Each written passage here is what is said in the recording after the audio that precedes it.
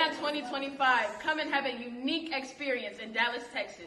Ago na miapete milemiakpe bemifa 32nd annual Sienna Convention le Dallas Fort Worth. Dallas. Big D. Mifa yafa pongtepe. Aha. Sienna 2025. Mano bobo edolo. Mifa midwaza. We want me at the Cornwall Friday evening. Sunday me our picnic. Me our church service. And all les zanzazata miniva.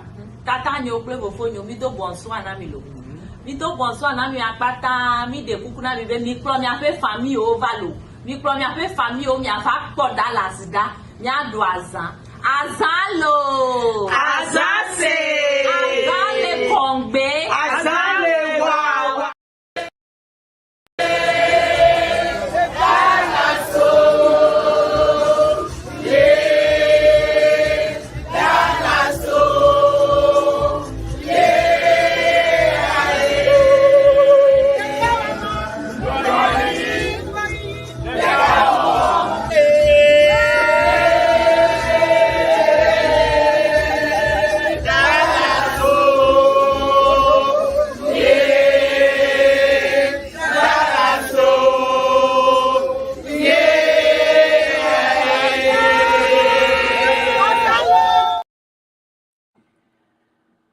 Hello and salut, bonsoir, and dona mesiame. Welcome to Afri-Culture right here on Sienna TV and Chatting with Nicole.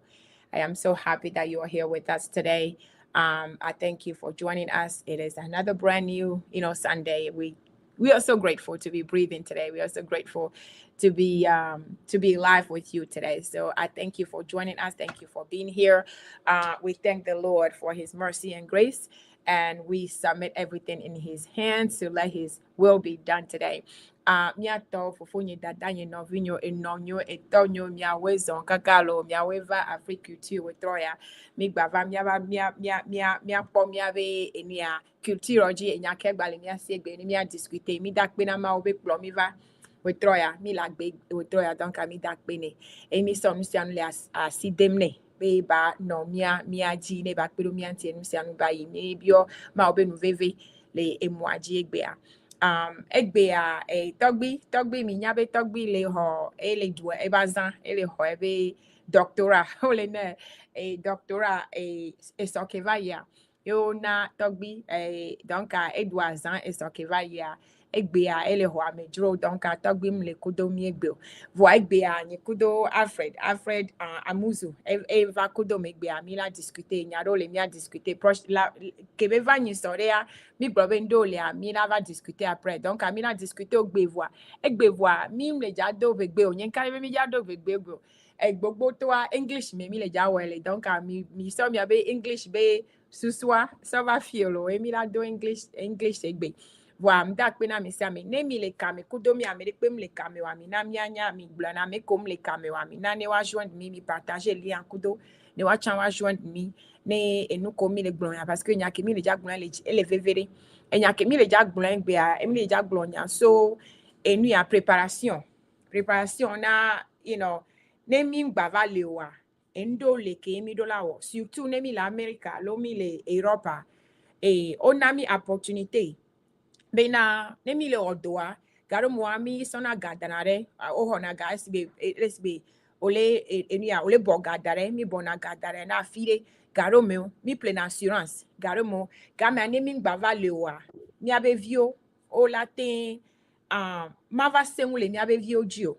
mi abevio latin va pero mi anti o latin gawan latin va pero mi anti ne mi ami o la so mi o la komi abe ko so ya hoyo fio le ja 10,000 lo enu okpata dépense okpata ke le mi asi so penado mi anti donc voilà opportunité wa le mi asi wa mi wona mi Afri-Culture surtout mi wona donc ALFRED la va discuter wan kudo mi ana mi choix ke le mi asia le ke mi la no wo no gamea ne mi gbava le ne nyibe mi gbava le wa kafla ne mi gbava le wa ngbava ni tu karagande le mi abe viojio ku mi abe famille ojio donc ele ja expliquer no pata na mi egbea mi garo mo ami jina la gbon ku benyo vo kwa ele agbeto be ele agbeto mi do la ame ekru le agbeme ekua ele mianti mi akota mi le jaba ku gbereka donc mi vone voa mi do la no von mi do la von mi na so préparer ni mi préparer nyo ke ne va jopoa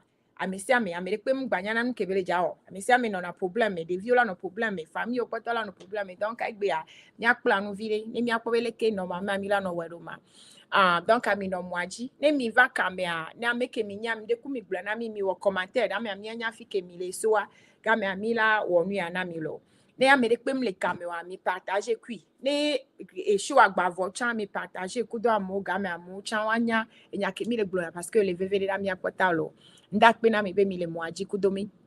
Guys, today I was saying Togbi is actually, Togbi told us last week that he's getting his PhD. They presented him with, his PhD, and he was going to do it in Canada, but it didn't happen in Canada. But he's doing it today. He did it yesterday. So he had a celebration yesterday. This was his flyers. So Togbi got honored yesterday. When he comes back, we're going to share the videos with you. But for now, since he's not here, I don't want to share any videos. But Togbi got his ceremony yesterday. He got his diploma and everything yesterday. So he's going to come and discuss that with us. So we give him a break today. So he's having people over. He's having guests, taking care of his guests today. So he needs to rest. Hopefully next week he can join us so that we can discuss, he can tell us more about this, very important honor that he got. A lot of people did go there. I heard, I had people represented me, and I know that there are people who came from Europe. There are people who come from other countries to be there for him. So it's a big deal for Togbi. So let's all congratulate Togbi on this, amazing award that he received yesterday. Very, very well deserved. And today, we know that it is Sunday, but Thursday was Ghana independence. So we want to also wish happy Independence Day to all our Ghanaian, all of us. We want to say happy Independence Day. I have some videos, but I'm not able to play them. I'm trying to share, but it's not working. So I know you guys seen a lot of videos. Yesterday was one of the celebration. I didn't go. I sit that out. Ghana, Georgia, in Atlanta here, they did a celebration yesterday. I'd sit that one out. Otherwise, I would have had some videos for you, but I do have some videos I'm going to share with you later. So you, my family, Ghanaian, all of us, I want to wish us, happy Independence Day. It's been 68 years and counting. So we want to say happy Independence Day for everybody. So today, as I was saying, since Togbi is out, ALFRED is here. ALFRED been here before. You know him. I'm going to bring him up. ALFRED is going to talk to us about, we are going to talk about exit strategy. We know how we don't want to talk about exit strategy, because exit, when we're talking about exit, we're talking about death, at the end of our lives. And we don't like to talk about that, but death is part of life. We all going to go one day. We just don't know when. So, and it is difficult to plan it, because again, it's death. We don't want to talk about it. So ALFRED is here. He's going to give us some pointers. He's going to teach us and encourage us. So that we need to take care of this. It is something that we need to think about. And when we live abroad, Europe or in America, there are opportunities for us that we don't take advantage of. And we have to tap into those advantages, those opportunities, so that when this happens to us, our children and our family don't get stuck, and they have to go planning or creating GoFundMe and struggling, trying to figure out what to do. It's not just the money part, it's just the peace of mind part as well, part of all these exit strategies. So ALFRED is here. I'm going to bring him, and we have a lot to talk about. So I'm going to bring him and we can dive in. But thank you very much for being here. If you're on the call, if you're on the line, I want you to share this link with everyone. Again, we're just learning. We have to learn and we have to share with one another. That's the whole point that we are doing this. So, knowledge is the keys, right? So if you have it, you need to share with your brother, your sister, your friends. We need to share. So I want you guys, if you're online, share with everyone invite other people to join us. Let us know where you're joining from so that we can learn together. But let me bring in Alfred so that we can go from there. Alfred, where is on? Kaka, where is on? Yo, Michelle, Nicole, it's good to be with you again. Yo, akpe been invite him, but me ever do a Javavien. Uh-huh. I mean, the last time I've been here, we had so much fun with our discussions, and I'm looking forward to a similar discussion today. So, Amen I'm to that. happy to be here. So I want you to introduce yourself to people who may not know you. Introduce yourself briefly so that we can dive in. But welcome back. Good to have you. I am looking forward to it myself. So introduce yourself to those who may not know you as of yet. All right. So, my name is ALFRED AMAZU, as you've mentioned. I'm originally from Aflau. My dad is actually from Kome in Benin. My mom is from Keji, but I was born in Aflau and I grew up in Aflau. Attended school there, went to St. Paul Secondary School in Aflau, in Denu. And then I migrated to the United States sometime around 2002, and I've been here since. So I'm a CPA by profession. I've also just completed law school and I've taken the bar exam. So I'm waiting to hear whether I pass or not. So I can start practicing.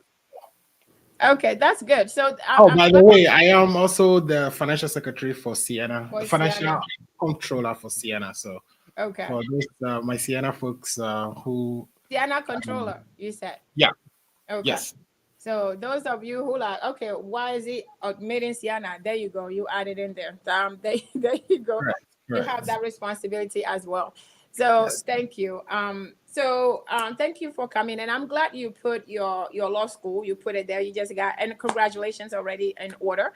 You have the exam. I know that's the hardest part, having the exam. You just had the exam. So let's pray that, your result, even if it doesn't, I'm sure that you're going to do well. So thank you for coming here to share your knowledge with us and helping us go through this. So, and I appreciate you letting them know why you are here. And people might be asking what makes you expert, right? You just gave us what makes you expert, well, to discuss this with us. So thank you for being here again. And congratulations on that as well. So, Alfred, we have a long list. I have a long list of questions here. I don't think we're going to go through all of it, but at least let's start somewhere. And we know that when we say exit strategy, people are like, okay, what do you mean by that, right? So exit mean we're all going to exit. We're talking about exiting from this earth when our days is over and we have to leave this earth. Sometimes we don't never choose when to exit. Right. It just happened. We don't know when our exit is. We don't know when it's going to be. But it's going to happen one way or the other. It's going to happen. None of us are going to spend 1,000 years here, right? 100 years, no. So we have to talk about exit strategy. I always say that death is part of life. It is part of life. We live and we die. That's what it is. And nowadays it's happening, like people think that it's like second nature. It's like everywhere, left and right. It is happening.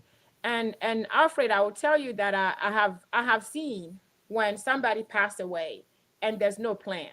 We don't know what to do. We don't know, even family members. I've been there and it's a struggle. It's a pain.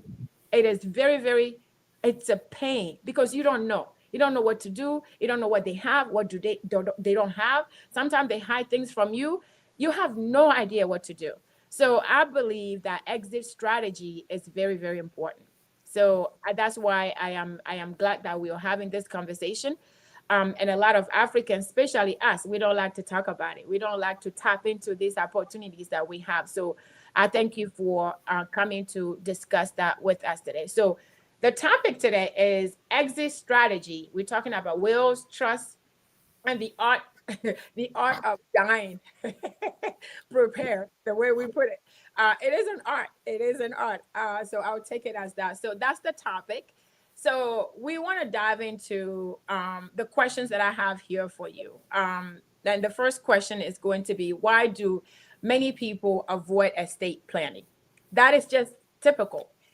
It's a first question because we all avoid it. I have told myself few years ago that I was going to plan it. I have not planned it. You know what I mean? So we all avoid it. Why do we avoid it? And what is the biggest misconception about wills and trusts? That's our first question to you. Yeah, so I'm really happy that you started with this question, and you've already sort of laid the foundation for what my answer will be for the question, which is that it's a difficult, conversation to have. Just the mere fact of thinking about that, the fact that you are going to die, it's not something we are comfortable talking about. It's not something to the extent of even planning for. Right. So we all just die. And I don't get that we all just die without planning. We know we are going to die. Everybody knows at one point they are going to die. So it's not like it's not like you don't know, right? Yeah. So why we don't talk about it, especially within our community, it's something that need to change, and that's why we want to have this conversation, right? And a lot of the time people, the misconception is they need lawyers to do this, they need to spend a lot of money to do this, but I'm about to dispel that misconception. Most states today accept what we call holographic wills. Okay. When we say a holographic will, what it means is you can write it by yourself. You can even write it on a napkin. Matter of fact, you can tattoo it on your body. So remember back in Ghana or even in Togo, or back in our community, back in the days, you see people actually tattooing their names on their arms, right? And the reason was that they want to be identified If something when they happens, die. Right. So that by itself is some type of making a will of who you are, identifying yourself for the purposes of when you can't do it for yourself. Yeah. Right. So wills sort of a way of capturing your intentions as to what you want to happen to your body and what should happen to your properties. Can even be tattooed on your body if you want to. So you don't need a lawyer to tattoo it. Right? You're right.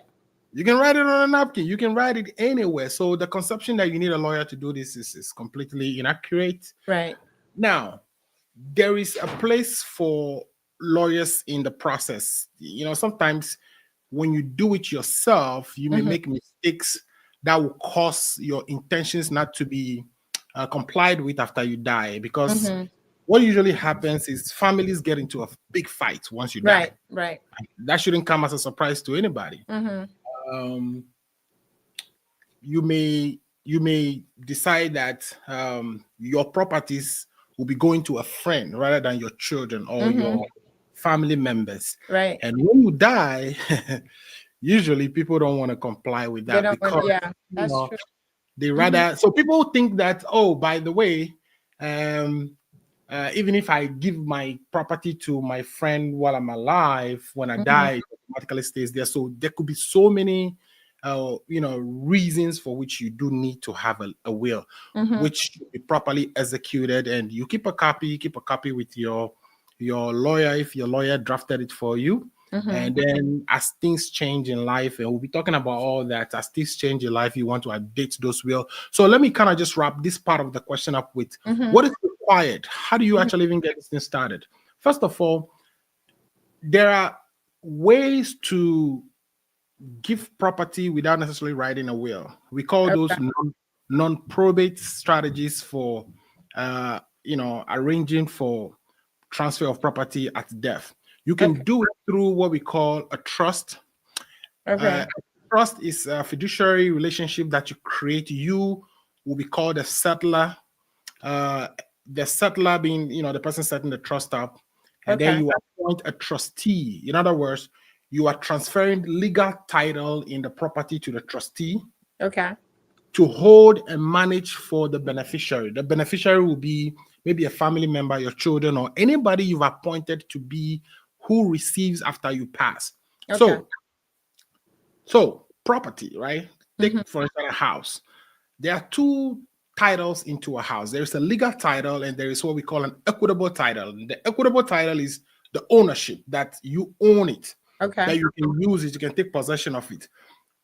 So what you do is you take those two titles, right? The legal, the equitable, you give the legal to the trustee to hold and be managed. So the trustee will have their name on the title itself, the title documents, but possession can be in your house. You can have the possession. You can live in the house so that when you die, the trustee will manage it for the benefit of the beneficiary. Now, Okay. when you do that, the advantage is that it doesn't go to probate because it's considered an inter vivos transfer. It's considered a gift that you made while you were alive. Okay. So that one doesn't go through probate. Probate meaning when you die, all your properties get collated and accounted for through a court process to determine who takes and who doesn't take, right? That's what we call probate. So Probate, if you have a will, your will is going to go through probate. Now, if you have a trust, your trust doesn't go to probate.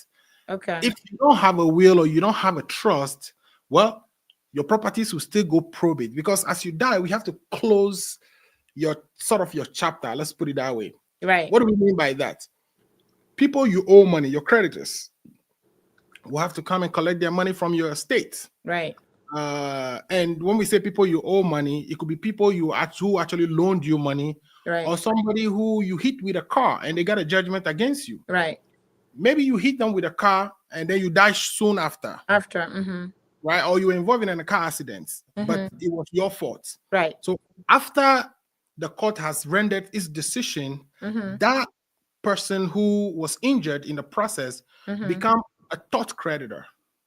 So they can come for part of your assets, right? Okay. So whether you have a will or not, your properties will still go to probate, but you can avoid probate by doing something like a trust, or by doing, say, insurance. But remember, insurance only takes just that one piece, that insurance property that the money you've put in the insurance, the proceeds, it's all that insurance address. But if you want to cover more than just the insurance proceeds, then you do something like a trust, which is a non-probate way of transferring assets.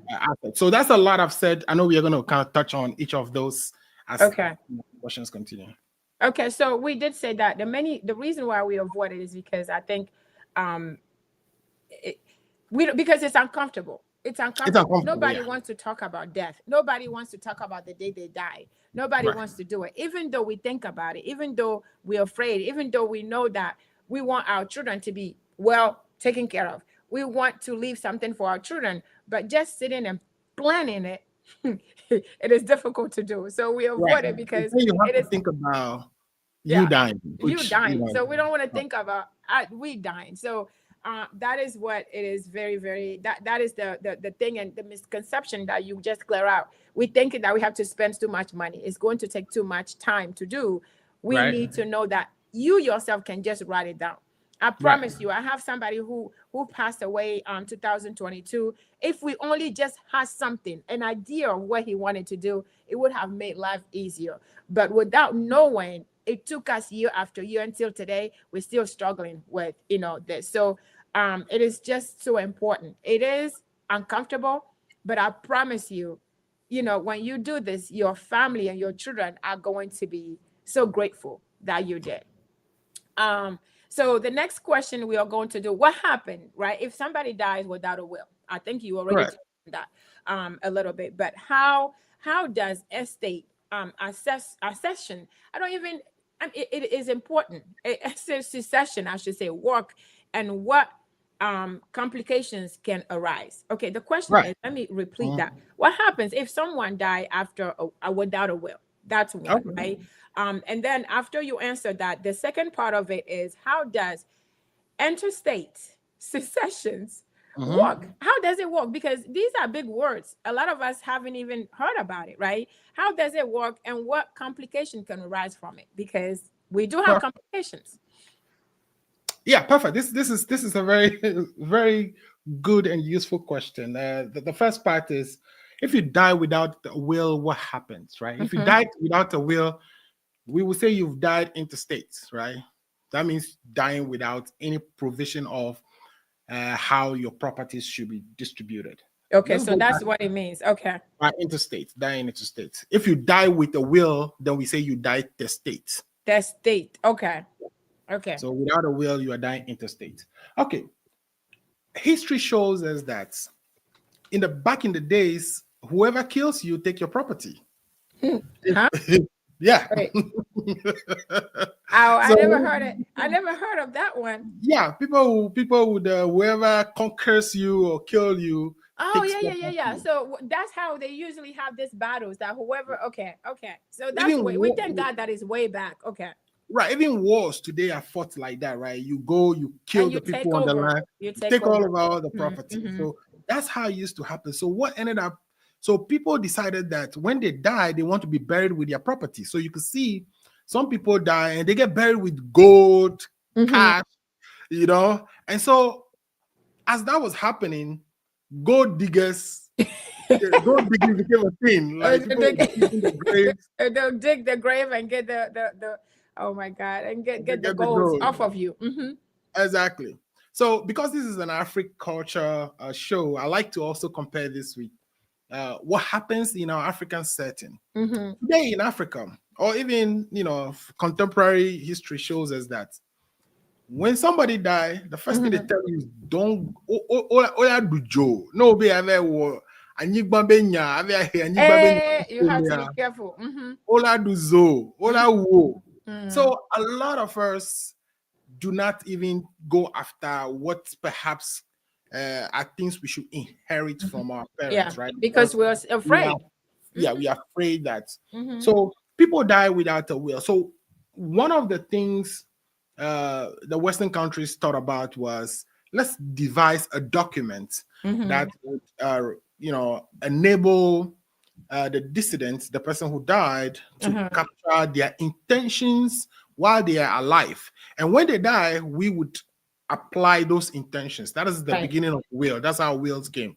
Now, they also realized that people are still dying without doing that. Even though it's the will that people can use to capture their intentions, people are dying without will. So what do we do then? So for instance, in the United States, every single state have what we call the interstate statute. It's interstate descent statute. So basically, this is a statute that the states have developed to provide for people who don't have a will but die. Right? Okay. And so each state, now considering that we have 50 states, you can tell that each state is going to have their own statute, and those statutes may be a little different from one another. Right. But there is the attorney generals of all the 50 states usually come together. There is a conference that they have to put together what we call a uniform laws for the various things, like uniform law for contracts. For contract for sale of goods, we have what we call the UCC, Uniform Commercial Code. For probate, right? Okay. We have what we call the Uniform Probate Code. Okay. So the United States, most of the laws of the various states will track the Uniform Probate Code. So the Uniform Probate Code pretty much tells you exactly what will happen to you when you die. So for instance, there is what we call the English steppies. It's a way to divide your property when you die. The English steppies says that if you die and you have, let's say, 2 children, right? And the 2 children also have 2 children each. The English steppies says that your property will be divided between your first 2 kids. Okay. Then those 2 kids, if they're alive, they stop there. Let's say one of the kids die, right, before you. Right. Then the half of the properties that he gets goes through his lineage, like the people his who children. Yeah, right. Okay. So that's the English steppies. So, but the English steppies, what happens is, imagine that your 2 children die before you die, right? We still have to divide at your children's level. Okay. So that has changed so far. Right. What we now have is per capita by representation.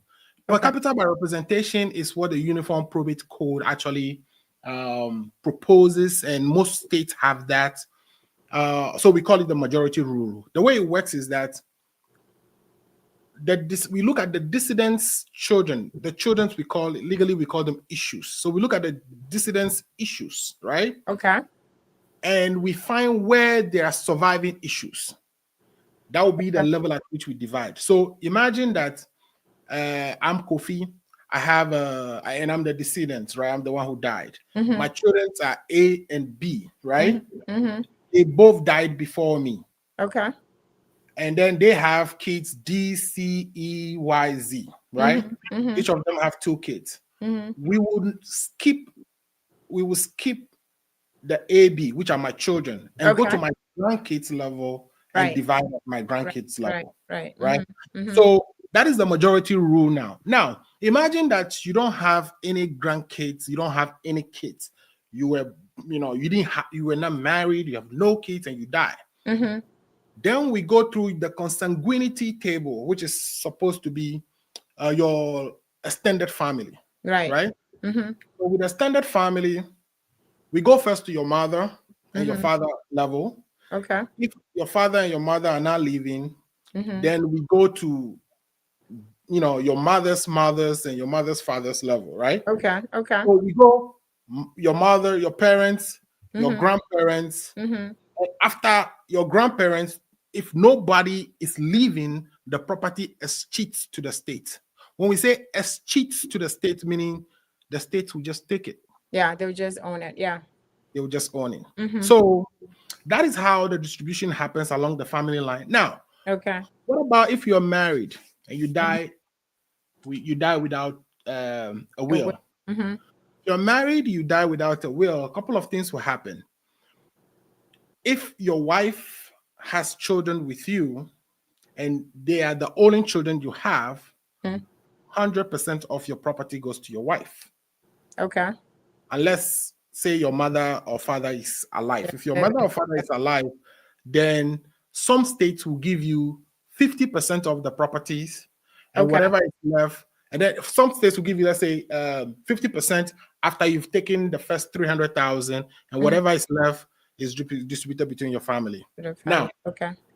Let's say you have children with this wife, but you also have children outside, right? Mm-hmm.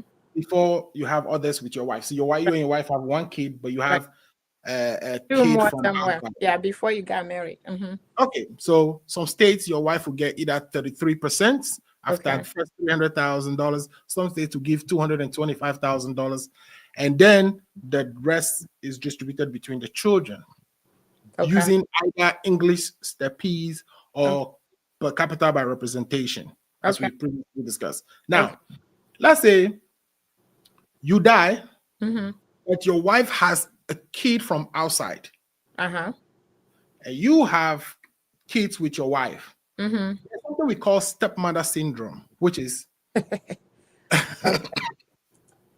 what it means is that there is the fear that the stepmother, which is your wife, right, who survived you, may not use your properties to support your kid, but will use it to support other kids of her own, right? So they make her either take, again, 25%. I'm saying 33%, and the rest is distributed to your kids. Okay.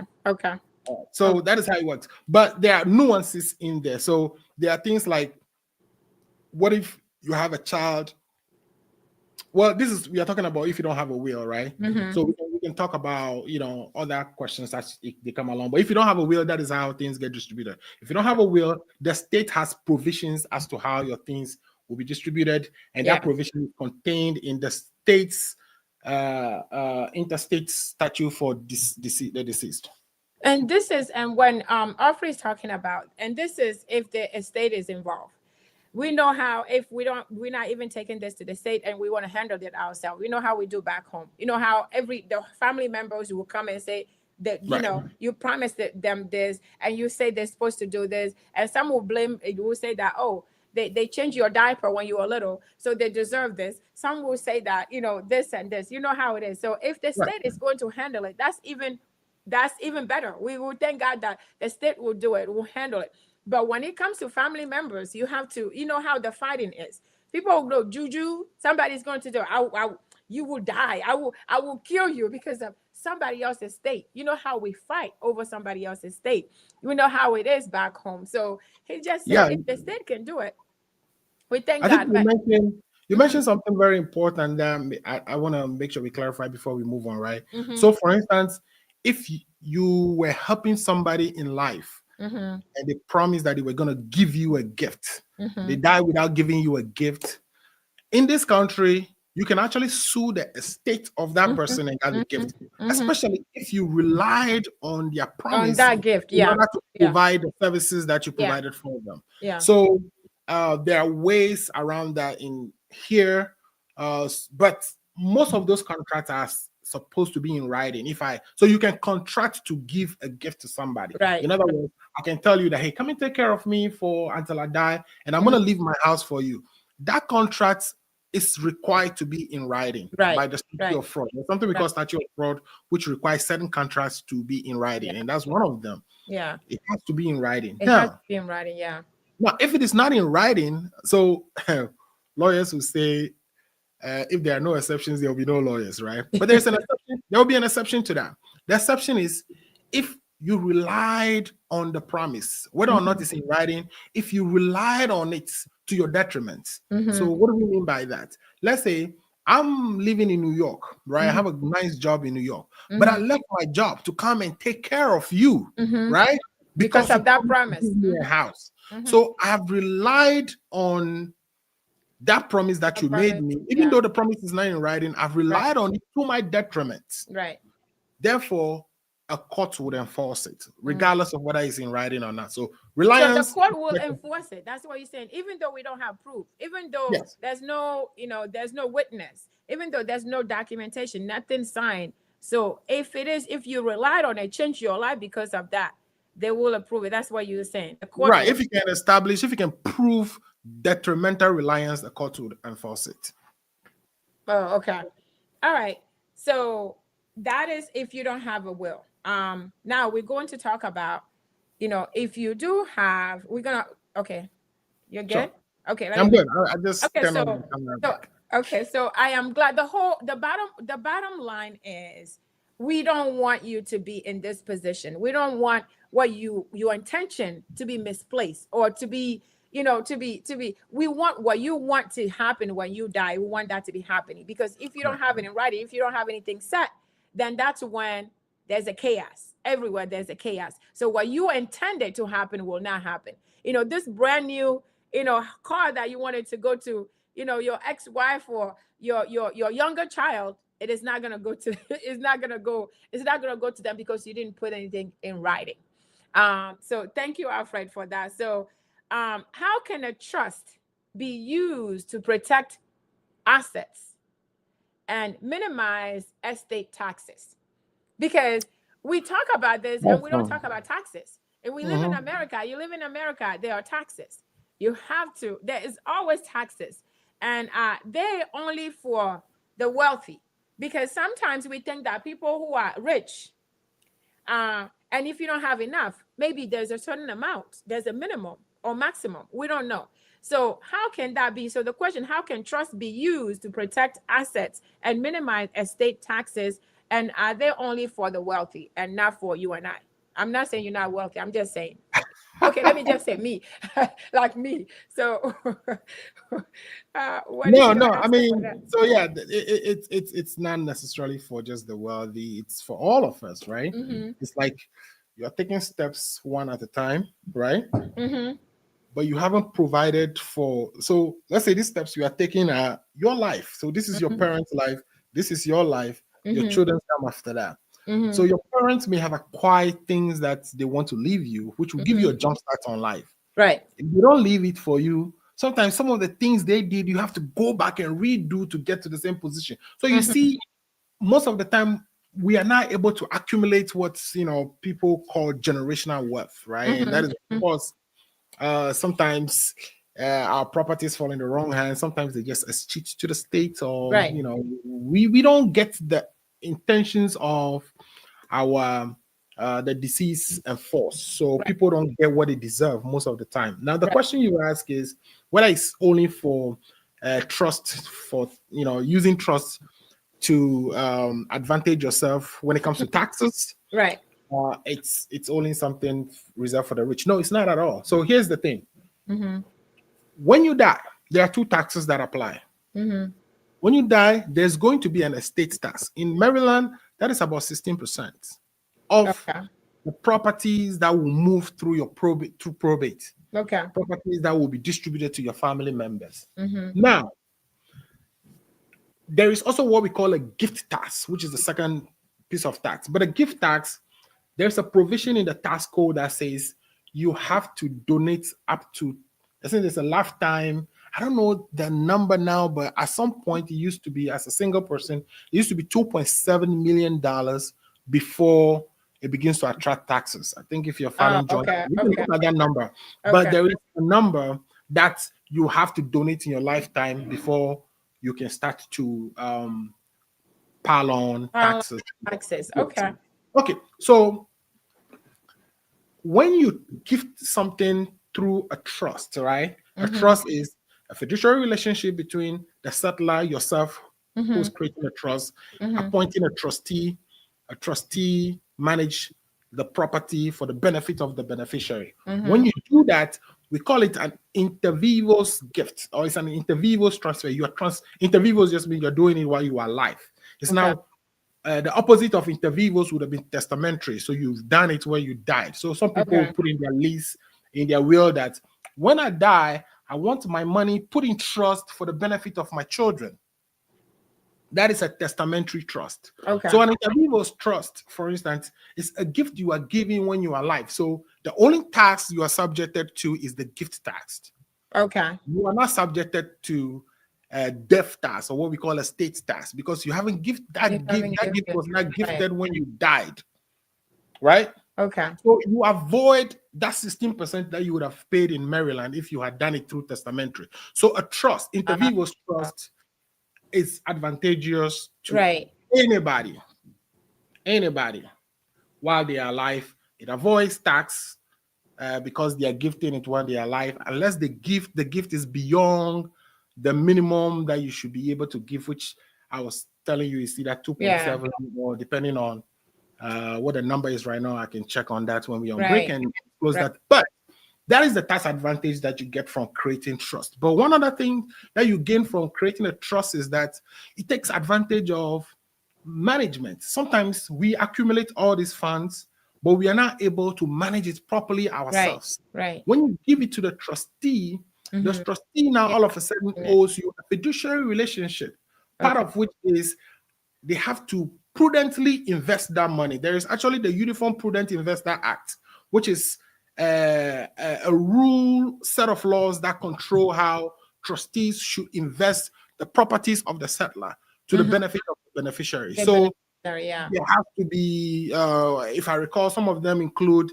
diversification. They have to diversify the portfolio, unless the settler had provided in the trust document that diversification should not happen for a certain reason. Somebody could create a trust to say, for instance, if it's a charitable trust. So trust could be a private trust for the benefit of an individual, or it could be a charitable trust for the benefit of, say, Sienna. And the person could say, I want all the money just in a bank account invested in a certificate of deposit, which should generate, should be rolled over every 3 years, generate maybe 6%, 6% a year.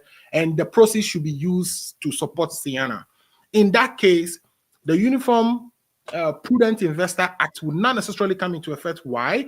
Because the settler has indicated in that trust document how the money should be invested, rather than by the UPIA. So trust has so many benefits for, especially those of us who couldn't manage the funds ourselves. We give it to somebody who's a professional who can do the management for us and grow that property. That person has a duty and a responsibility to grow that property. If they don't, the beneficiaries can sue the person. Yeah, because they're supposed to be working for you. You're paying them to work for you. They're supposed to work for your benefit. Okay.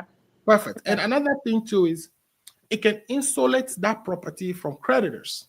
If, for instance, you have a trust that you put a spendthrift clause, there's a spendthrift clause that we can put in the trust which restricts alienation. Alienation meaning getting rid of, transferring the trust property. We can put a spendthrift trust to say we are going to only disburse the trust proceeds to the beneficiary to support their needs. So if the beneficiary owes creditors, the creditors cannot come after the trust property unless there's a distribution. Now, the beneficiary cannot force the trustee to distribute. The trustee distributes as they deem fit upon evaluation of the beneficiary's needs. So trust just is a tool that is good, especially if you have children who are drug addicts, who, if they have the property transferred to them themselves, they are probably going to deplete it, right? In the shortest possible time. Or children who have developmental problems, who are not able to manage their finances well themselves, right? You want somebody to be able to, let's say, here you are, Nicole, you build a big business. Business is successful, right? But you have gotten old and you are not able to do the management aspect of things yourself.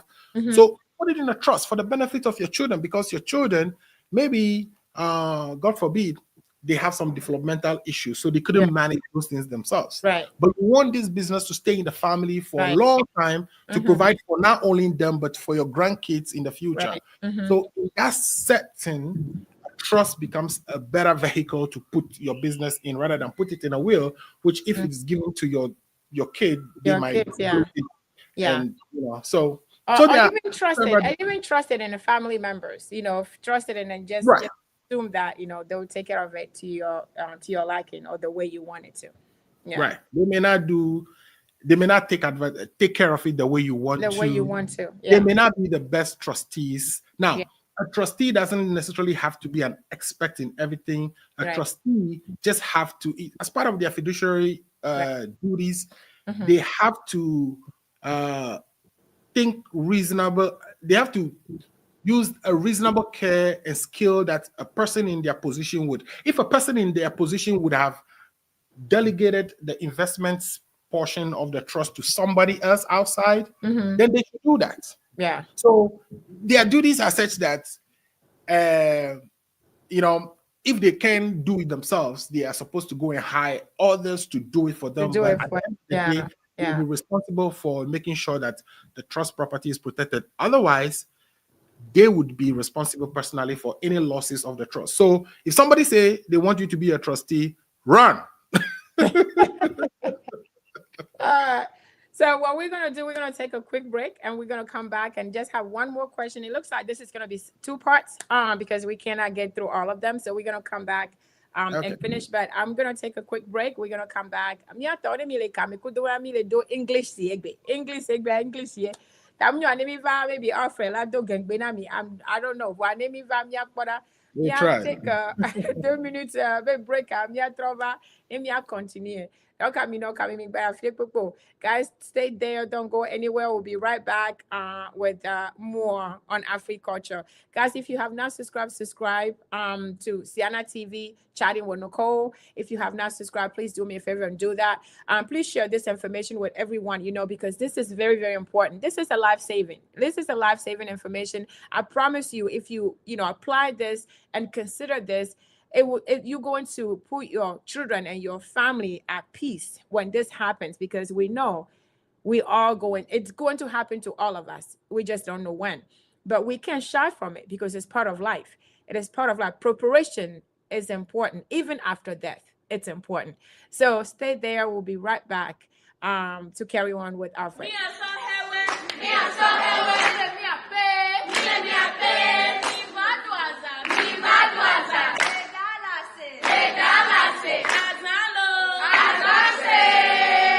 You are welcome to Siana 2025. Come and have a unique experience in Dallas, Texas. Ago na miapete milemiakpe bemifa 32nd annual Siena Convention Le Dallas Fort Worth. Dallas. Big D. Mifa yafa pong tepe. Siana 2025. Mano bobo edolo. Mifa midwaza. We were me at the Cornwall Friday evening. Sunday me our picnic. Me our church service. And all les zanzazata miniva. Tata nyo plego fonyo mi do bonso anamilo. Mi do bonso anami apata mi de kuku na bibe mi kro mi ape famille o valo. Mi kro mi ape famille o mi afa po Dallas da. Mi ado azan. Azalo. Azase. Azale Kongbe. Azale wa.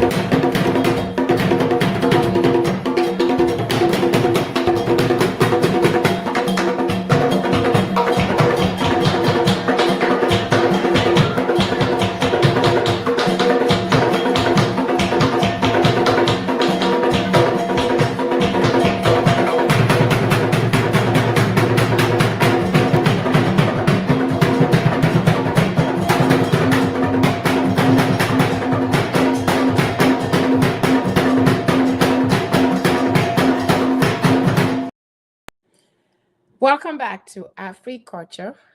We are here on Siana TV and chatting with Nicole Miawez on Kaka Mibatrova. I was sharing with you a dance we just did Sunday. It was last Saturday. We were at one of our Ewaga Association, his mother's celebration of life, and I was caught to do that dance, so I couldn't say no, so we had to. I was put on the spot. So we did the gota in front of everybody. I'm trying to avoid to share too many people there for privacy reasons. But I'm gonna try and see if I can crop out just the dancing part and share more with you. But it was fun. It's fun, and I'm glad that I knew what to do. Otherwise, I would have fallen flat on my ass. But anyway, thank you for joining us again. Let us know where you're joining from. This is Siana TV. It's Afri-Culture on Siana TV and Chatting Wonderful. We are here. We are talking about exit strategy with ALFRED. And this is going to be two-part because we have more questions for him. So he's going to come back for us to finish. But I have one more question for him for him to explain to us so that, before we end, the session today. But again, thank you very much for joining. If you have not subscribed to the channel, share this video, like, and also check out the rest of the videos. Let's bring in ALFRED and see so that we can get through the last questions. And I hope this is helping because this is the whole thing for us doing this is to help one another, because it's very, very important that us, especially as Africans, we have to think about exit strategy because we know how we are. We know how our family are. And it's just something we have to think about. We have to consider and prepare always. So ALFRED, welcome back. Yes, happy to be back. All right. So I have one last question is what is the most common mistakes people make when drafting a will? Okay, great and question. how can they be avoided? So because I know we said that we can even write something on you were saying on a napkin, right? You can write it yourself. But what are the common mistakes without, even though you write it on the paper, on the napkin, what are the mistakes that we normally don't think about? What are these mistakes and how can we avoid them? Right. This is also a very wonderful question. Before I go into it, though, I want to check the gift tax limit. It's actually 13.99 million as of 2020. 13.99 million. Correct. So, but that is not a state tax. A state tax, like I said, That's a gift. Yeah, this is a gift tax. So those are two different taxes that you pay when you die and your property has to go to probate. Probate meaning whether you have a will or whether you don't have a will. The way to avoid probate is through trust, or maybe insurance, or what we also call POD, which is pay on death. When you open an account at the bank, they ask you to put somebody's name down in case you die. The trustee. Normally, that's the trustee, right? Right. So we call that no, that's not necessarily a trustee. It's just sort of a person that your money will be given to when you die. We call it POD. Some also call it TOD, which is transfer on death or paid on death. When you die, there is a provision. When you open an account, they should have that discussion with you if you haven't done so. I thought it's normally beneficiary or beneficiary. I'm gonna have to read at it. Beneficiary. That's the beneficiary. That's the same thing as beneficiary. Okay. Right. That's the word. The terminology is like, okay, your terminology different than my terminology. Our terminology is definitely different. All we know is beneficiary. Right. So whenever you do that, then that money will not go to probate, right? When you die, it goes straight to the person. Goes straight to that person. Therefore, that person wouldn't be paying gifts. That person wouldn't be paying gift tax unless you've exhausted your $13.9 million. Okay. And the person wouldn't pay estate tax neither because you gave the gift while you were alive. You were alive. Okay. So, that's one thing I learned. I didn't realize there was a death tax. I did not know that. I just know that based off the amount, it's going to be taxable unless the money was in Roth IRA, which is completely different thing. But if the tax was not deducted, I did not realize that there was a death tax. This is something that and that is even giving us a reason why, the more reason why we have to do it before we die. Because if you do it before you die, you don't get taxed. Your children don't have to pay this death tax. If you do it before you die, that's the more reason why we have to do it while we're alive. Now, what do we do when we are alive? Is a trust, right? Or the PODs or TODs or the insurance that would escape probate. But if you just wrote a will, right, then the will is not going to escape probate. The will has to be still have to go through the probate. Yeah. Therefore, those taxes would apply. Right. Okay. So the common mistakes that we make while drafting a will, and how can we avoid them? Perfect. So when you're drafting a will, there are something we call will formalities. A will has to be in writing. A will cannot be verbal, right? So you can't just tell somebody, hey, when I die, I want you to take my house. It's not going to work. It has to be in writing. Now, it has to be witnessed by two people. So it has to be witnessed by two people. Some states have changed that law where once it's notarized, then it doesn't have to be witnessed by two people. Okay. So when we say witnessed by two people, there are two ways, there are two schools of thoughts on that. There is the presence conscious or conscious presence. And then there is, I think there's a name for it. I think it's just physical presence. So the conscious presence, meaning that the person can be on the phone and witness you sign the will. Oh, okay. They have to be in your conscious presence, which means they have to be right there when you are signing. They can't even be in the other room while you are signing it. Watching it. Okay. In the same room with you. But during COVID, they changed that law a little bit where you can have a screen. Let's say I'm on a hospital bed dying, and there's a screen between me while I'm signing my will, and the person witnesses is on the other side of the screen. Is that considered a conscious presence? Yes, they have sort of accepted that as conscious presence. Okay. Now, so you have to sign your will, you have to draft, it has to be witnessed by two people for it to be, enforceable. You have to have the capacity to enter into a will. Yeah, you can be under the influence and say they'll do like that. Doesn't apply. You have to be a person. Yes, you can be, even an insane person can be, even if you have under the influence, as long as at the time you sign the will, your will, right? It's not overpowered by the alcohol. By something else. Okay. By something else, then it should be accepted. So you can be an insane person as long as the time you are signing that will, you are lucid, right? Yeah. You can, do things on your own. Then, boom, it qualifies you. Now, another thing is your witness. Can your witness be somebody who's taken under the will? Right. It can be, right. It can Right. So under the common law, it cannot be, Mm-mm. right?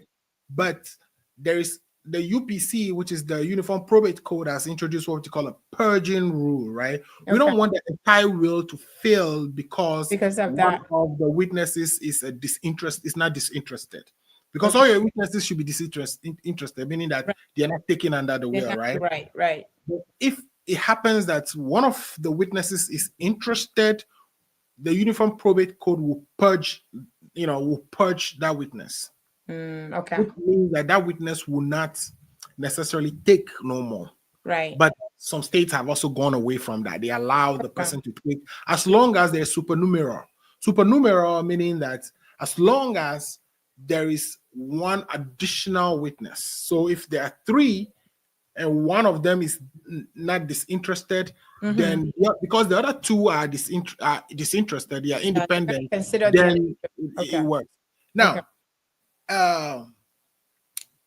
when we say the states that actually allow interested witnesses to take, one of the things they look at is whether that witness would have taken under interstate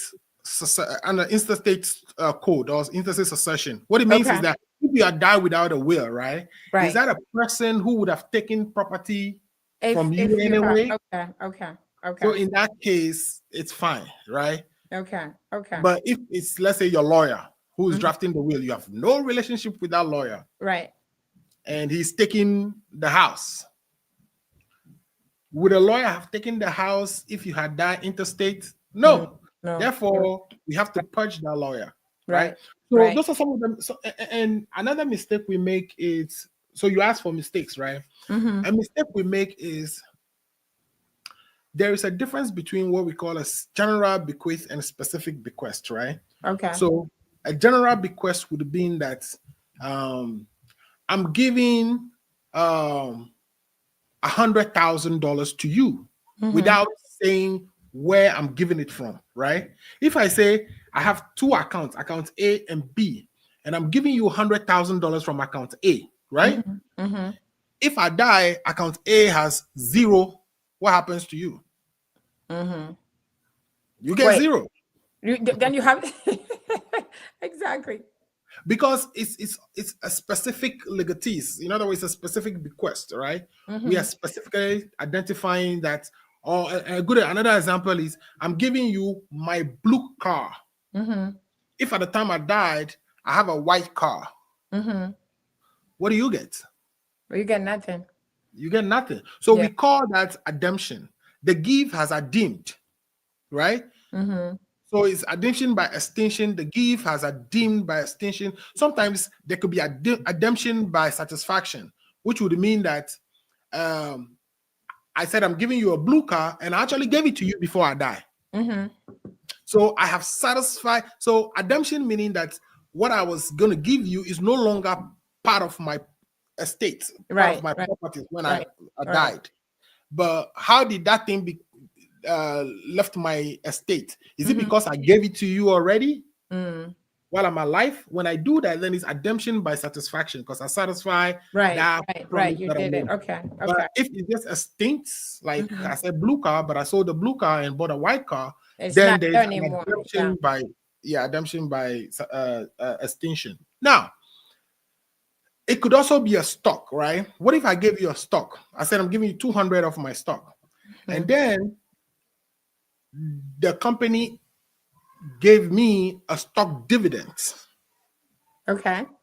That caused that stock to go from 200 to now 300 stocks. Right. You get the 300 or do you get 200? Or do you get the 200? Yeah. Exactly. So those mistakes actually, so people usually revise their wills. Yeah, that's why they have to revise it too. As you grow, as you have more children, as you get poorer or richer, as things changes in your environment, in your family, you're supposed to, revise it. You're supposed to update it, and you're supposed to make changes to it.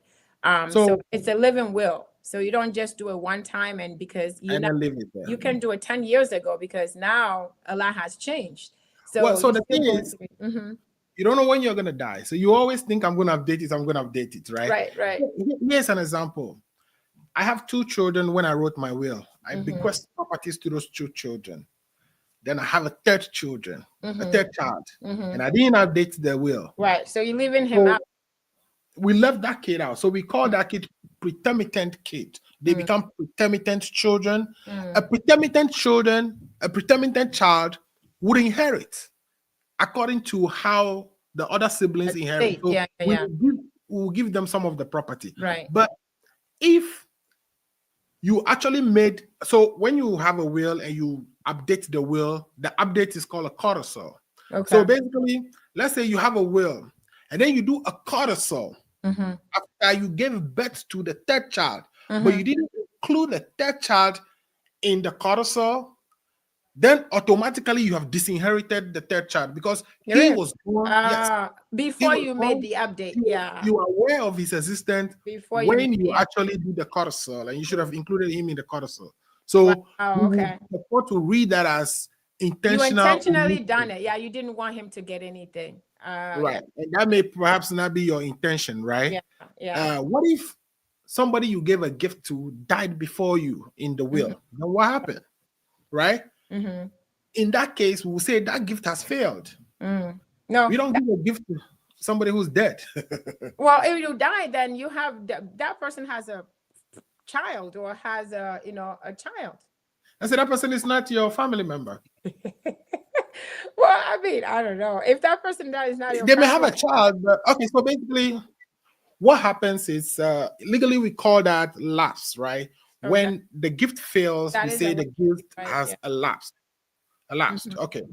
Now the states thought about this. Okay, so they came out with what we call anti-lapse statutes. They are anti-lapse statutes, but an anti-lapse statute only protects the gift for the children of a family member who you have given to. Okay. It wouldn't protect it for a friend who you have given. If they have given to you, my friend, right? Okay. I've given you my car, my will, but you died before me. Regardless of whether my state has anti-lapse statute, your children will not get that car. Because if you were related to me, if you were related to me, then the anti-lapse statutes will protect that property for you. So there's a lot more for us to talk about. Yeah. We just don't have time to talk about all of them. But we have so much to talk about, but not much time. Very important. Yeah. So we are going to come back. Thank you, Alfred. Are there any questions, people watching? No, I haven't had anything. So I haven't had anything. We're gonna have to come back to finish this, and I don't want this to take long before you come back to it. So let's come back and finish it up. But thank you so very much for doing this, Alfred. We appreciate you. Thank you for being here. Thank you for your insights. And we are waiting to hear the good news next time. I don't know how long it takes for the result to come back, but hopefully, 2 days. So 2 months. Oh, never mind then. We may not. It takes 2 months. Okay, so maybe we might have a result by the time you get back. Maybe not, but let me know. We'll come back and do a show before then. Now. Okay. So let me know when you want to come back so that we can do this. Not don't wait till don't let it drag too long. Let us do this when you get back. Let me know. Give me the time and we set it up and you come back and so we can finish this up. But thank you again for coming. Thank you for being here. We appreciate your insights. We are excited, and obviously, by the time you get people could start, hiring back then because you already started, right? So we can know how to reach out to you. Yeah, the only thing maybe I can add quickly is those things are not very cheap anyway. They're expensive, so just so people know, you may probably have to pay maybe anything between, like for wills and trust, you're looking at anything between $5,000 to $10,000. See, that's why people shy from it. But even if you don't want it to be, like we said, if you don't want an attorney, we just want you to do something, right? We don't just want you to do something. Just don't not do anything. And we don't know what you want. We don't know what you have, what you don't have. As I was saying last time, I have a brother who passed away. I'm telling you, till today, we're still discovering things that we didn't even know. It was a disaster. because nobody knew what he wanted. Nobody Right. knew what he had. Nobody knew because it was a heart attack. We didn't expect it. Right. So till today, we still try and figure out what he has and where he has them because he done nothing. He Right. done nothing. I And mean, it's really so the painful. advantage of actually using a lawyer to do some of these things is like when I was talking about the mistakes that you can make, Mhm. you will realize that you can have a will that you've drafted yourself, properly executed, but for one reason or the other, that will may not be Yeah, admissible so or whatever. yeah, it wouldn't probably not be enforceable. So there are things like revocation of the will. What if you tear the will apart? What if you draw a line through something? Because when people die, what do you find? You find the person who discovered the will, read it, and if something is not in favor Yeah, of they're them, gonna, cross it off, yeah, or they do things to the yeah, they're will. gonna do So something to the will, yeah, because it's yeah, not favor so to, it's not their favor. exactly. I know. So let's we'll think about this $5,000 later. Yeah, but I mean, if you pay that money, you have solved But if you pay that money when you doing the update $100,000 to of it, do you problem. have to pay again after you do it? Were you doing the update to it? Well, no, it wouldn't be the same as because But you see, still have to pay some money to update you, it. you have to pay some money for updates. But here's what happens, right? It wouldn't be 5,000 or it wouldn't be 10,000. But what happens is the very first draft requires an elaborate interview and kind Yeah, of trying to they have to get understand this your trust and person. everything you have. They have to do research and all of that. Yeah, and But writing in a right, way that captures the person's intent, right? right. But once you have the whole document which captured in details the Then person's everything intent, is easy to changing update. little pieces of it is no longer Yeah, will no longer require all the research that goes into the first one. yeah, So you yeah, might pay maybe another 1,000, but also the lawyer keeps a copy yeah, so yeah, that upon your death, yeah. if lines are crossed in, He you has know, he has the he law has office can yeah, yeah. provide. The lawyer may die, but the law office. The So law when you go office to will some keep law it. offices, Yeah, there are libraries just full of people's wills, yeah, right? yeah, That they can produce to kind of save your family the headache. yeah. Why are we doing this? We are doing this to kind of solve issues that would happen after you are far gone, Yeah, right? yeah, And so it is important that you have this third person involved who yeah. can always, continue to fight your battle while you are Right. gone. Wow, So you we'll continue the conversation. This is just the introduction. This is going to definitely take a lot more a lot more. Yeah. to It dive. is. It's not gonna be one and done. We're gonna come back even after this, as you're practicing, as things come out. We can still continue to come and just shine a light to people. Just help because that's all we are here to help. We are here to help. And I also want to encourage some people may have this these opportunities at your job. You may have discounted trustees that will or stuff like this at your job. So look into it. You may have discount that you can get from attorneys at your job as well. But Alfred, again, thank you so very much. Thank you for taking the time. I'm looking forward to the next session. Thank you for joining us. Have a great afternoon. I know you already say hello to everybody. We'll see you. We'll see you on next time. I don't know when it is, but we'll bring Alfred back so we can finish this conversation. So Alfred, thank you so very much. Thank you, coming on the Nicole, show. for making it happen. Thank you. And Thank thanks you. all our listeners too. Thank you. So, guys, we are here. I want to say thank you for joining us. These are very, very important topics. Exit strategy is very, very important, as we said. So we thank you for joining us. Thank you for listening to us. Thank you for considering.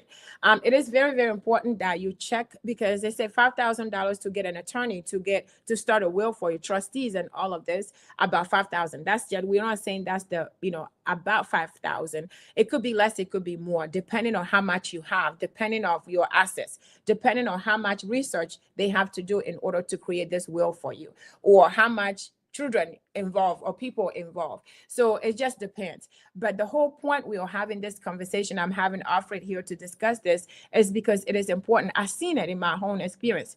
I've seen it when a family member did not have a will. We did not even know it's a disaster. It's pain. But then I also met somebody last time, and he told me that his mother planned everything, even to the music that they should play. And that just made things very, very easier for them. You know what I mean? So I've seen it where there's nothing. I've seen it where there's not enough. And I've seen it where somebody already planned everything. So when you do that, I know it's very difficult to be planning your own death. your own, how you want things to go because you are gone, because it's make you think that, oh, the reality that I'm going to die. Unfortunately, it is life. But we have to make it easy for the people behind us. We have to make it easy for our children, our family, because when you don't do it, the fighting with the family members, this person, the people that, you didn't want your penny to go to may end up being the one taken everything. You know what I mean? So you don't want that. So we just want, I know sometimes people think that, oh, I died. What is the point? I'm already gone. But again, your children are going to suffer through all of this and your family members. So exit strategy is very, very important that we all need to think about. Myself, I have said I'm going to do this for years now. Few years I've been saying I have to do this. I have not done it. So I'm talking to myself as well. I also need to do this. So let us all think about this. And if you have somebody who has not joined this call, please, this show, please share the link with everyone. Subscribe to the channel if you have not, and also check out the rest of the videos. But until then, we'll see you right here on Siana TV, Chatting with Nicole, Afri-Culture, right here at 4 p.m. Eastern Time. We know the time change. The time change, it is not 9 p.m. anymore. It is 8 p.m. GMT. So we lost the sleep today. We lost 1 hour sleep, unfortunately, today, but it is what it is. So I'll see you here next Sunday, God willing. We'll see you here next Sunday at 4 p.m. or 8 p.m. GMT. But until then, I want you all to stay safe and blessed, and I'll see you on the next one.